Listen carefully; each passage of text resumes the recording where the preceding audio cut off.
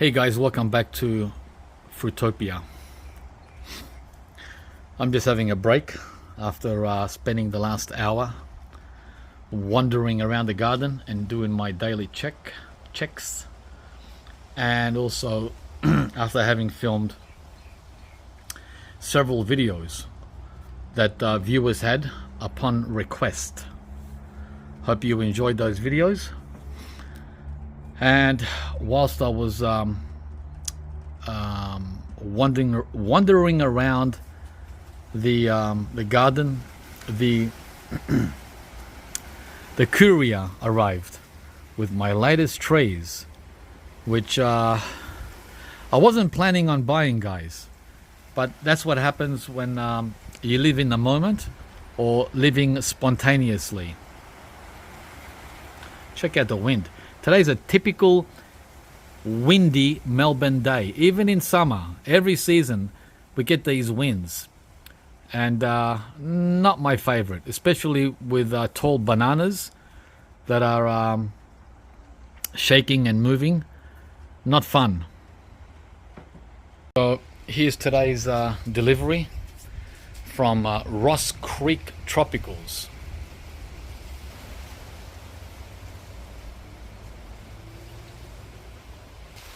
Yeah, so very windy, very windy. That's how it works here. All right, let's cut this open. Okay, so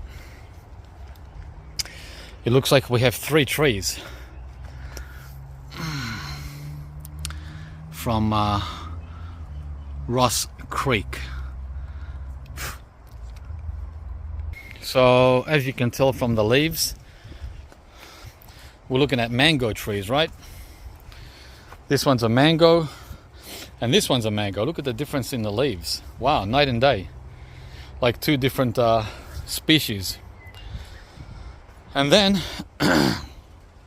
down here we have the oddball, which is going to be the one that we're not going to have any success with, guys. And why did I spend all that money?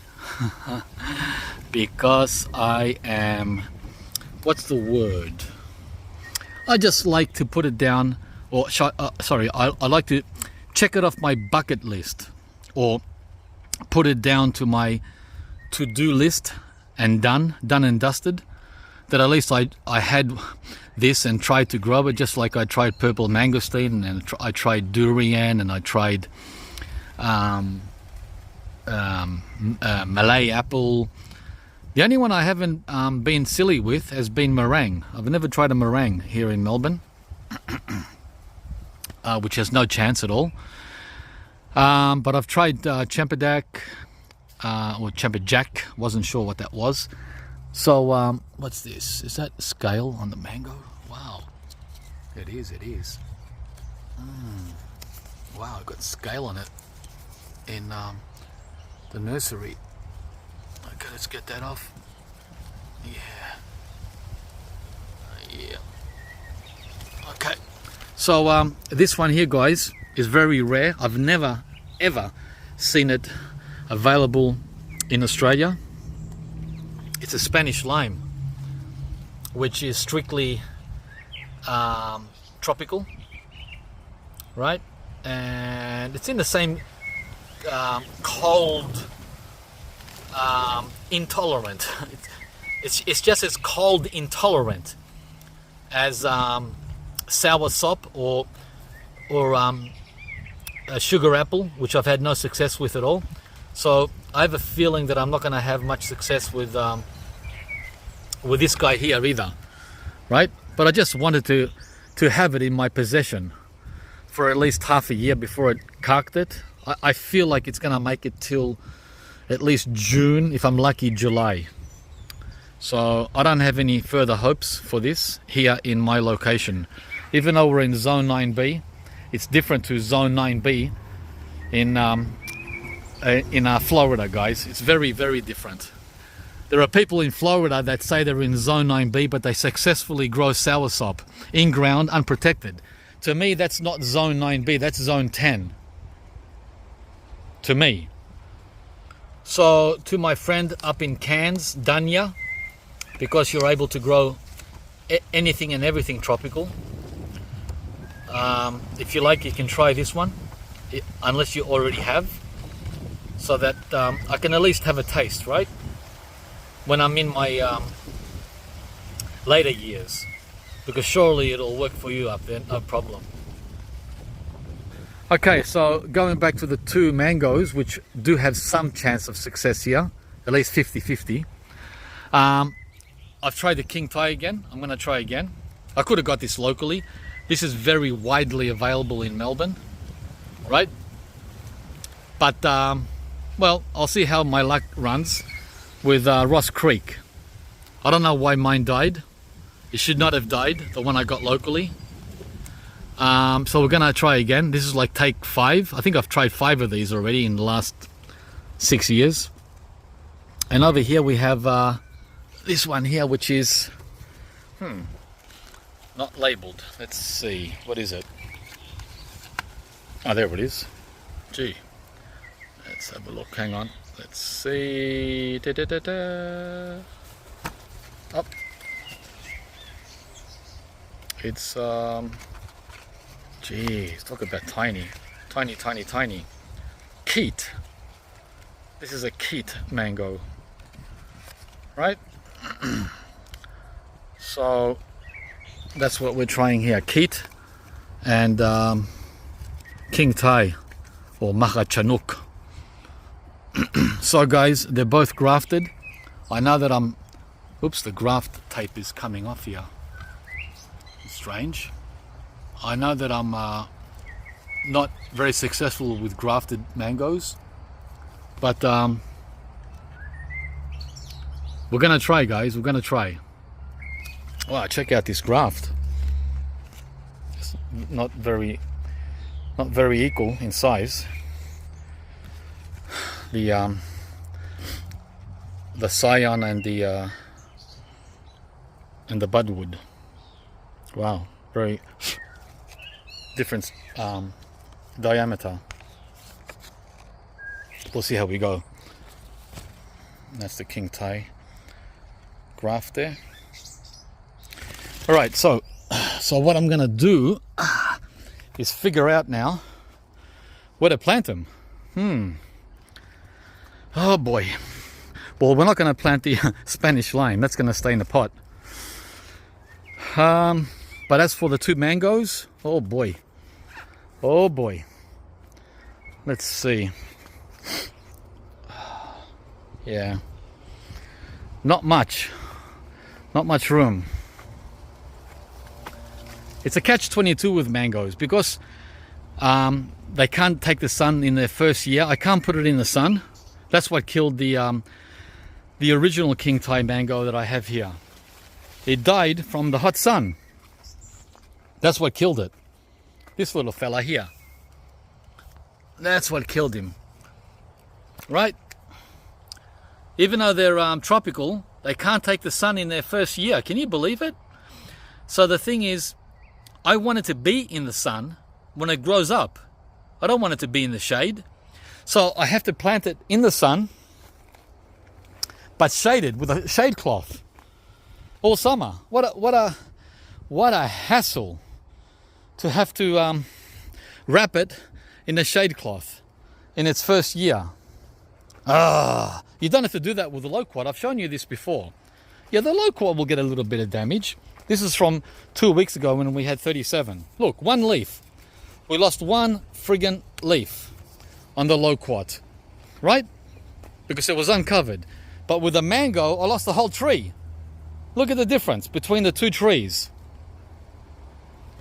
So therefore, mangoes are not tough at all. They're weaklings. They fall in the category of sooks. Guys, the sook club. I better take these out of the sun. Jeez, it's 25 degrees and in the sun it's 35. Let me put him in the shade. Little sooks. Little frickin' sooks. See, guys, most people starting off with gardening or tropicals or whatever, they don't know any of this. I learned The long hard way. I mean, come on. They're tropical, but they can't take the sun.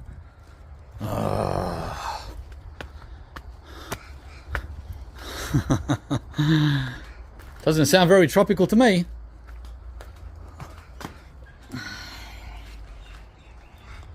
Yeah, because it's very, the UV is very high right now. It's burning my skin. And that's how I like it. I love being burnt by the sun. But these guys don't. In 5 years they'll love it. In 5 years they'll be able to take 40 degrees and direct sun. But that's 5 years is a long, long, long way away when you're in a cool climate. Okay, the video pretty much ends here. For most of you that want short videos, there's nothing else to show you other than people that want to see the extras, right? This is like the bonus part of the video where I just rant on. Ranting time. So ranting time is, where the heck am I gonna plant those 2 mangoes? Oh, what fun.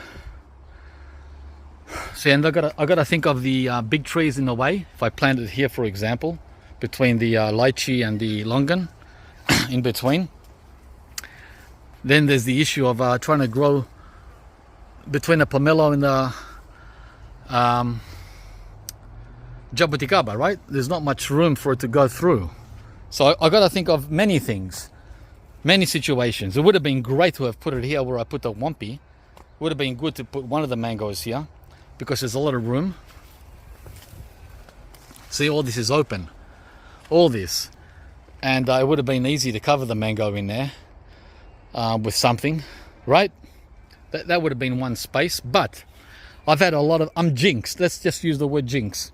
I'm jinxed in this area. I lost a lucuma right here recently. And over there where this African Pride custard apple is, I lost my Pride and Joy lamb has avocado because the water runs down here from the property all the way down and sits here. This is the bog area. Bog area.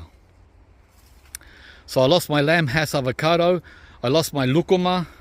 And I think the mango will be next if I plant it here. The lychee seems to have appreciated all that water. Didn't affect the lychee. So let's see how it affects the cinnamon and the yellow mangosteen. They're right at the bottom of this slant. Where else can I put the 2 mangoes? It's very tight here. I guess I could put it here behind the star fruit next to the Malabar. Yeah. There's a spot there, but very tight.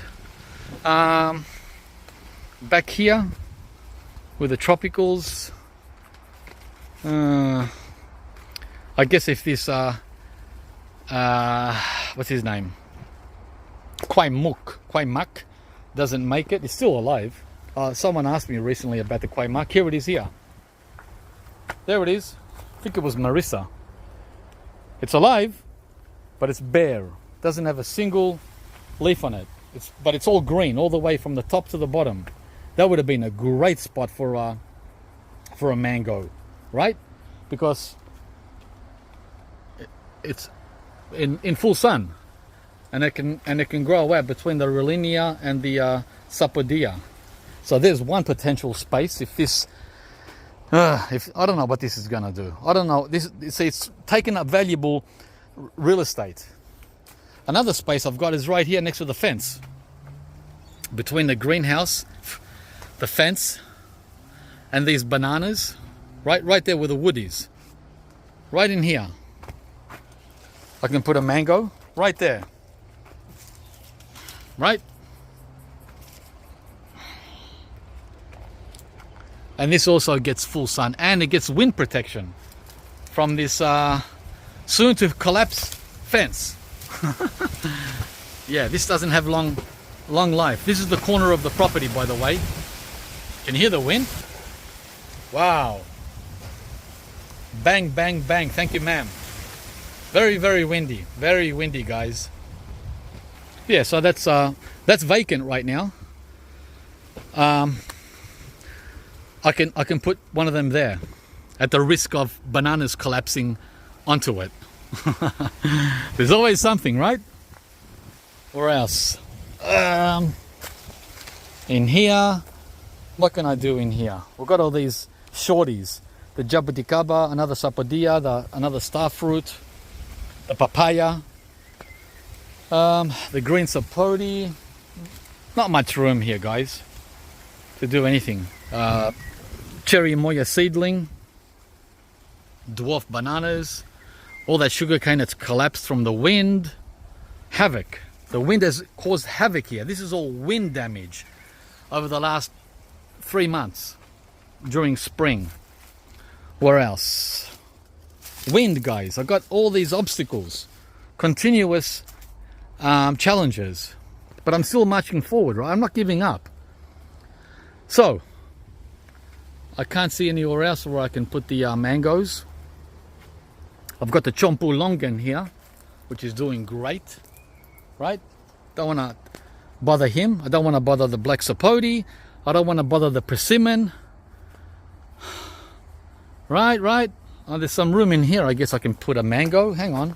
Next to this Jerusalem artichoke. Hang on. What's going on in here? I've got a pumpkin planted there. There's some yacon growing here. There's some ginger there. There's some more yacon there. There's a star fruit seedling that's not doing much. Hasn't even woke up from winter. I could put a mango in there somewhere. In this area here. Right next to the lemon tree. Yeah, this is a big wide open gap. Here's the apricot. The dwarf apricot. Yep. There's room in there. I could do something in there. Right? In there. Yeah, so that's 2 places. One next to the fence down there. And one here. That's 2. I could put one there and one there and it's done. Finished. And it's getting some protection from the sun and some protection from the wind. Just a little, right? Just it's not in the middle of nothing. In the middle of a big open space. There's protection in here, right? Yeah, there's a lot of areas in there I can plant, but that's all exposed.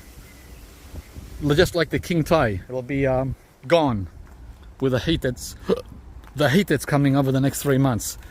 And I don't want to put anything here because this is the shed entrance. So guys, that's it. This is the long version for you devotees to Fruitopia. There's also room on the side of the house, which gets a lot of wind protection. I could put 2 mangoes here if I move these 3. Oh gee, look at the wind did to my peach. Oh brother. Or nectarine actually. Snap, I didn't even notice that. See guys? Anyway, what was I saying? If I move these 3 stone fruit pots up against the house here, I can plant 1 mango there and 1 mango over there, right? So we've got room there and room here. But there's a guava already there. There's a guava already here.